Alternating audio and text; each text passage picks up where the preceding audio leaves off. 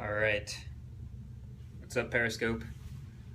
All right, welcome to my post-Apple event, pre-uploading video Periscope on what came out today. First of all, this is the first event that I shot with the Sony a7R Mark II. I was very impressed with the camera, so I'll be sharing some photos, but mostly the video. All the video you're going to see today comes from here. I'm I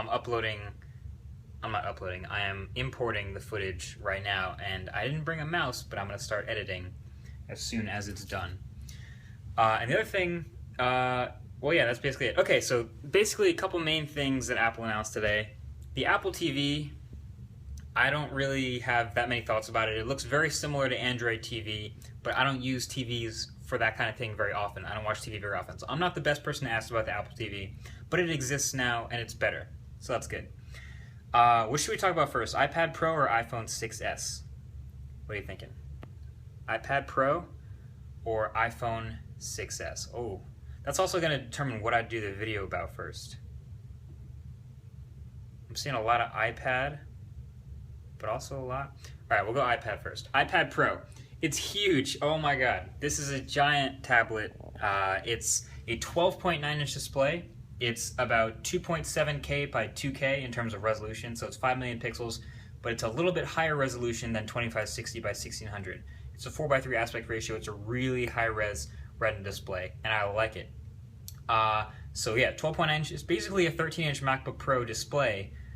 Think of like a Chromebook Pixel display. I don't know. It's hard to put it into words, and the weird thing is, like, I wanted to get some footage holding it up next to like my iPhone or my Galaxy Note. Maybe I shouldn't have held it up next to the Galaxy Note, but the lady immediately said, "Hey, no comparisons." I was like, "Well, how can I show the size if no comparisons?" Anyway, so yeah, it's starting at about $799. I have to switch hands because this iPhone is kind of heavy.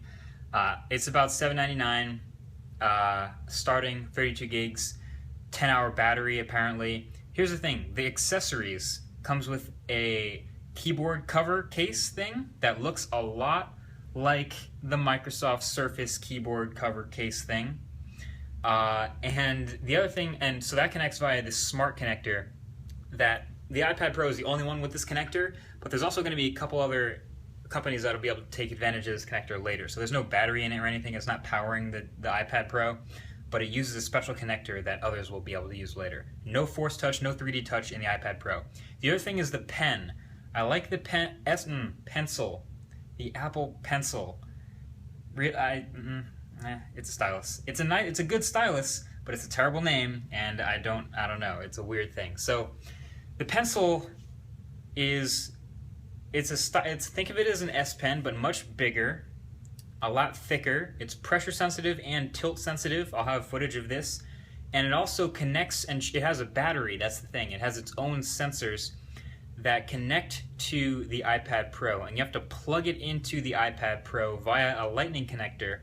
I'll show this again on video, but I don't have my Galaxy Note, but I'll have it on video. You have to connect it into the bottom of the iPad via the lightning connector, which means someone's going to snap it off. Someone's going to make a video getting really mad about it, and it's going to be another gate. I'm calling it now. People are going to snap off the lightning connector from their iPad Pro with their Apple Pencil.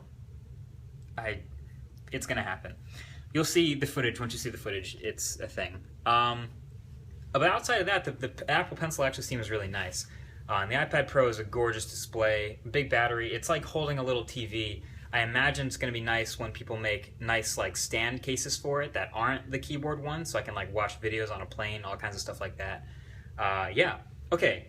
Next, the other thing I want to talk about is the iPhone 6s and 6s Plus. That's the official names.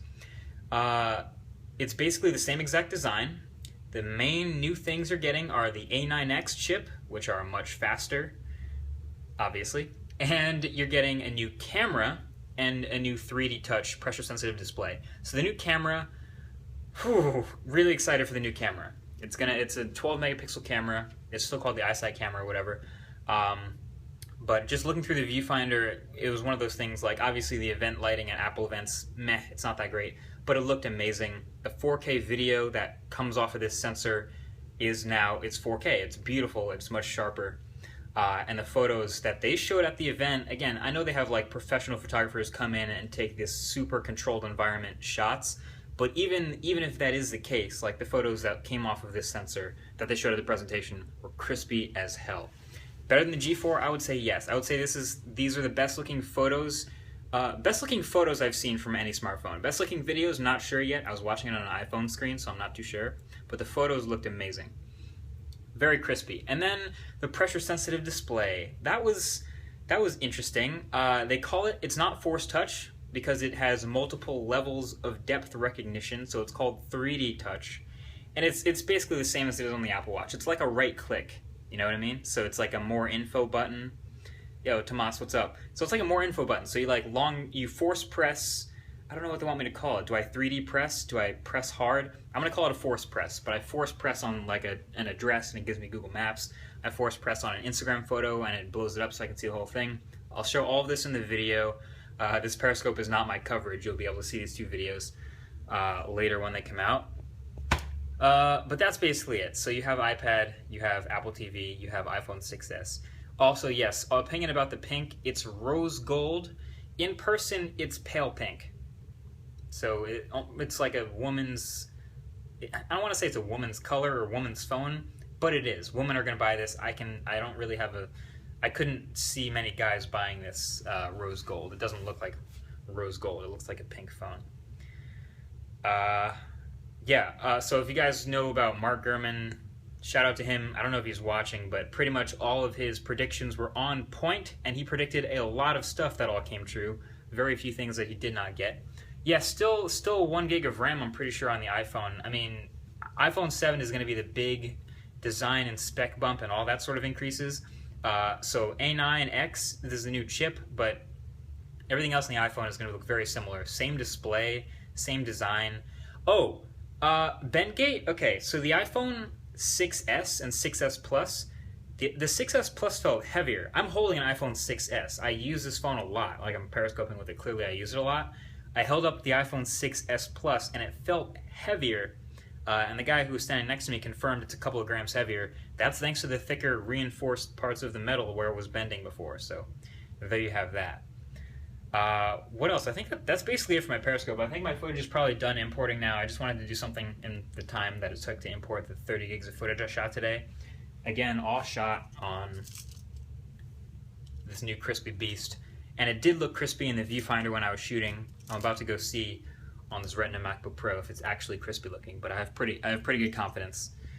What else? I think that's basically all I want to say. So thanks for watching.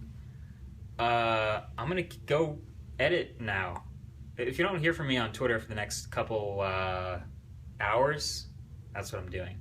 I ordered a burger for room service, so that might come here too. So eating and editing.